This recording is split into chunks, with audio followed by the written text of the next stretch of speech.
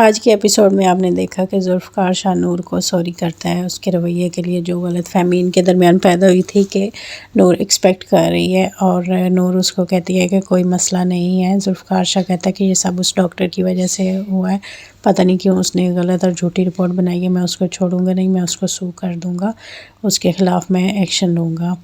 نور اس کو کہتی ہے کہ غصہ نہ کیا کریں، ہر وقت میں آپ کو غصے میں دیکھتی ہوں۔ تو پھر وہ کہتا ہے کہ تم میری بات نہیں مانتی تھی اس لیے مجھے غصہ آ جاتا تھا، لیکن اب میں خوش ہوں تمہارے ساتھ، میں مطمئن ہوں اور میں خوش رہنا چاہتا ہوں، اور دونوں آپس میں خوش رہتے ہیں۔ اگلے ہی دن دونوں واک کر رہے ہوتے ہیں۔ ذوالفقار شاہ پریکٹس کر رہا ہوتا ہے چلنے کی، تو نور اس سے اسٹک لے لیتی ہے اور اسے کہتی ہے ایسے ہی چلو، اور اس کے بعد وہ چلنے لگ جاتا ہے اور اس پہ خوش ہو جاتا ہے۔ ادھر ارشما گھر سے جا رہی ہوتی ہے تو اس کی ساس اس سے پوچھتی ہے کہ تم کہاں جا رہی ہو، تو وہ کہتی ہے کہ یہ سوال تو میری ماں نے بھی نہیں کیا، آئندہ آپ بھی نہ کرنا۔ فرح اپنی پھپھو کو کہتی ہے کہ یہ کیا طریقہ ہوا بات کرنے کا، اس کو اس طرح سے بات نہیں کرنی چاہیے۔ ذوالفقار شاہ آفس جا رہا ہوتا ہے تو نور کہتی ہے کہ میں سارا دن بور ہوں گی، وہ اسے کہتا ہے اچھا ریڈی ہو تمہیں میں چھوڑ کے آتا ہوں۔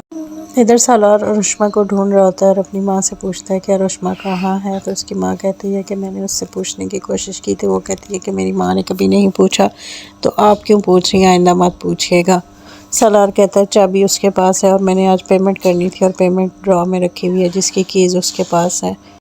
ذوالفقار شاہ اور نور گھر سے نکل رہے ہوتے ہیں تو اس کی ماں آتی ہے اور وہ دیکھتی ہے کہ یہ دونوں خوش ہیں۔ وہ ذوالفقار شاہ کو کہتی ہے کہ میں نے تم سے اکیلے بات کرنی ہے۔ نور کہتی ہے میں گاڑی میں ویٹ کر رہی ہوں۔ وہ اس سے کہتی ہے کہ میں تمہیں کہہ رہی ہوں اس سے جان چھڑاؤ اور تم اس کے ساتھ لگے ہوئے۔ وہ کہتا ہے نہیں، وہ اس سے ہمیں غلط فہمی ہوئی تھی، وہ ایکسپیکٹ نہیں کر رہی ہے، وہ ڈاکٹر نے ہم سے جھوٹ بولا تھا، ایسی کوئی بات نہیں ہے۔ اس کی ماں کہتی ہے تم خوش ہو، تم نے تسلی کی ہے؟ کہتے ہیں ہاں میں نے ٹیسٹ کرایا، وہ بالکل ٹھیک ہے۔ وہ کہتی ہے اگر تم سیٹسفائی ہو اور خوش ہو تو مجھے کوئی مسئلہ نہیں ہے، بس تم لوگ آپس میں خوش رہو۔ سالار ارشما کی باتیں سوچ رہا ہوتا ہے تو اوپر سے فرح آ جاتی ہے۔ فرح کہتی ہے کہ اگر ارشما آپ کا خیال نہیں رکھ رہی تو میں رکھ لیتی ہوں، میں اچھے سے خیال رکھ سکتی ہوں۔